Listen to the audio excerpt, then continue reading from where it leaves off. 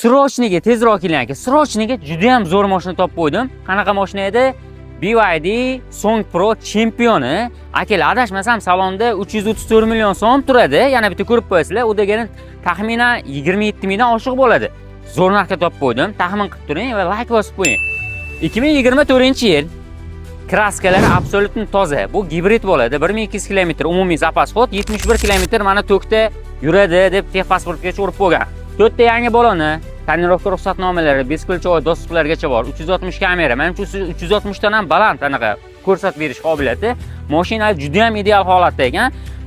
Akkuratni minishgan ekan xullas. Dehqonni o'zidan zo'r narxga ishoning, oxirigacha ko'rib tursangiz, menimcha srochni bosib yuboradigan joy. Mashina juda ham zo'r holatda saqlangan ekan, nakitkalargacha toqib qo'yilgan.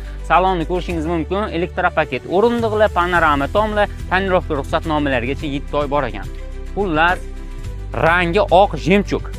Bu 24-yil 75 ming yurgan Song Pro ikkinchi pozitsiyasi bu. Flagship deyiladi. Chempionni 20 ming 200 ga srochni bosib oling.